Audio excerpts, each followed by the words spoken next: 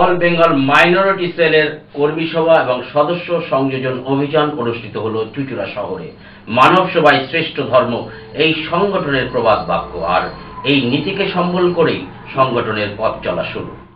All Bengal minority অ্যাসোসিয়েশনের কর্মী সভা ও সদস্য সংযোজন অভিযান অনুষ্ঠিত হল চুঁচুড়ায়। উদ্বোধনী কেরাত পাঠ করেন হাফেজ মইজেল হোসেন।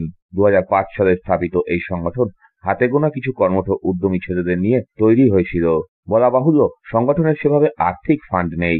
মানব সেবাই বড় ধর্ম এই প্রবাদ বাক্যকে মাথায় রেখে 19টি বসন্ত অতিবাহিত হল। নতুন সদস্যরা আন্তরিকভাবে সংগঠনের নবাগত তালহা আব্বেসিকে কেন্দ্রীয় কমিটির সহ সম্পাদক হিসাবে দায়িত্ব অর্পণ করেন। এদিনের সভায় কেন্দ্রের নয়া ওয়াকফ আইনের বিরোধিতা করা হয়।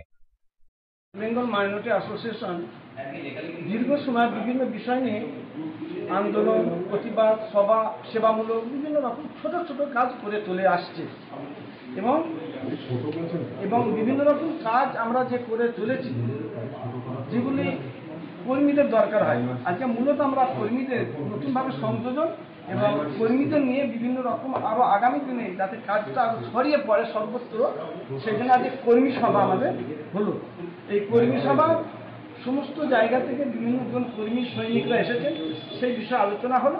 পাশাপাশি আমরা যে কেন্দ্র যে ওয়াকফের জন্য যে চিন্তাধারা নিয়েছে, এর কিন্তু আমাদের একটা প্রতিবাদ থাকছে যে ওয়াকফ সম্পত্তিটা হলো যেটা হলো আল্লাহর জন্য ওয়াকফ করে গেছে আমাদের পূর্বপুরুষরা।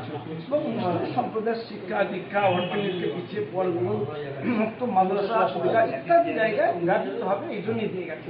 এবং দেবত্ব সম্পত্তি একটা সম্প্রদায়ের ব্যবহার কাজে লাগে, ঠিক তেমনই এই সম্পদটা সম্প্রদায় পিছিয়ে পড়ার জন্য দান করে গেছে। মালিক কেউ নয়, মালিক একমাত্র আল্লাহ। আল্লাহর নামে দিয়ে গেছে আর ব্যবহৃত ভাবে সাধারণ অর্থনীতিকে মুক্ত মাদ্রাসা ইত্যাদি কাজে লাগবে।